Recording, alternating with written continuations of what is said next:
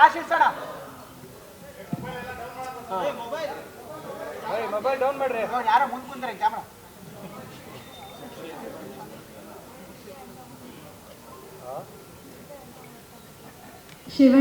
ಶಿವಣ್ಣ ನಮಗೆ ನೀವೇ ಸಾಟಿ.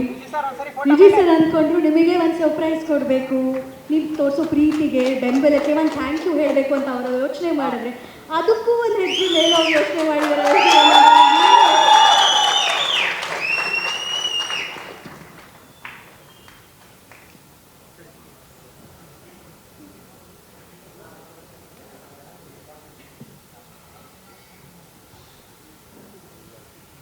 ಎಲ್ರಿಗೂ ನಮಸ್ಕಾರ.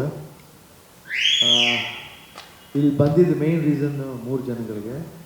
ಒಂದು ಕೃಷ್ಣ ಸಾರ್ಥಕ್, ಜಗದೀಶ್ ಅವರು, ಅದು ವಿಜಯ್, 3 ಜನ. ಯಾಕಂದರೆ ವಿಜಯ್ ಬಿಡಿ, ನಾವು ಒಂದು ಆ್ಯಕ್ಟಿಂಗ್ ಅಂತ ಬಂದಾಗ, ಒಂದು ಆ್ಯಕ್ಟ್ರ್ ಅಂತ ಬಂದಾಗ ನಮ್ಮ ಸಿನಿಮಾ ಇಂಡಸ್ಟ್ರಿನೇ ಒಂದು ಕುಟುಂಬ ಅಂತ ಅಪ್ಪಾಜಿ ಅವರು ಹೇಳ್ತಾ ಇದ್ದಾರೆ. ವಿಜಯನ ನಾನು ಆಲ್ಮೋಸ್ಟ್ ಒಂದು 24 ಇಯರ್ಸ್ ನೋಡ್ತಾ ಇದ್ದೀನಿ. ಫಸ್ಟ್ ರಾಕ್ಷಸ ಅವಾಗಿದ್ದ, ಆಮೇಲೆ ಜೋಗಿ ಪಿಕ್ಚರ್ ಬಂದಾಗ ಒಂದೇ ಒಂದು ಸ್ಮಾಲ್ ಪಾತ್ರ ಇದೆ, ಬೇಡ ಅಂತ ಹೇಳಿದ್ರೆ ಇಲ್ಲ ಒಂದು ಸೀನ್ ಬಂದು ಮಾಡ್ತೀನಿ. ಅಂದರೆ ಒಬ್ಬ ಆರ್ಟಿಸ್ಟ್ಗೆ ಒಂದು ಸಕ್ಸಸ್ಫುಲ್ ಫಿಲ್ಮ್ಲಿ ನಾನು ಇರಬೇಕು ಅನ್ನೋದು ಒಂದು ಆಸೆ ಪಡೋದಿಲ್ಲ. ಚಿಕ್ಕದು ಆಮೇಲೆ ಋಷಿ ಅದಾದಮೇಲೆ ಕರೆಕ್ಟಾಗಿ ಅವರು ದುನಿಯಾ ಸಿನಿಮಾ ಸ್ಟಾರ್ಟ್ ಮಾಡ್ತಾರೆ. ಆ ಸಿನಿಮಾ ಮುಹೂರ್ತ ಕರೆ ಬರೀತಾರೆ, ಅದು ರಾಂಗ್ ಟೈಮಲ್ಲಿ ಬರ್ತಾರೆ. ಅಪ್ಪಾಜಿ ಹೋಗಿದ್ದು ಒಂದು 2ನೇ ದಿನಕ್ಕೆ ಬಂದ. ನನಗೆ ಒಂಥರ ಮನಸ್ಸು ಕಷ್ಟ ಆಗುತ್ತೆ. ಇನ್ವಿಟೇಷನ್ ನೋಡ್ಬಿಟ್ಟು ಭಾಳ ಖುಷಿ ಆಯಿತು. ತುಂಬ ಚೆನ್ನಾಗಿದೆ ಸೂರಿ, ಭಾಳ ಪ್ರಾಮಿಸಿಂಗ್ ಆಗಿದೆ, ಬರಬೇಕು ಅಂತ ಆಸೆ, ನಿಮ್ಗೆ ಗೊತ್ತು. ಅದು ಅವ್ರು ಹೇಳಿದ್ರು, ಇಲ್ಲ ನಾನು ಸುಮ್ಮನೆ ಬಂದು ಕೊಡಬೇಕು ಅಂತ ಅನಿಸ್ತು, ಕೊಟ್ಟೆ.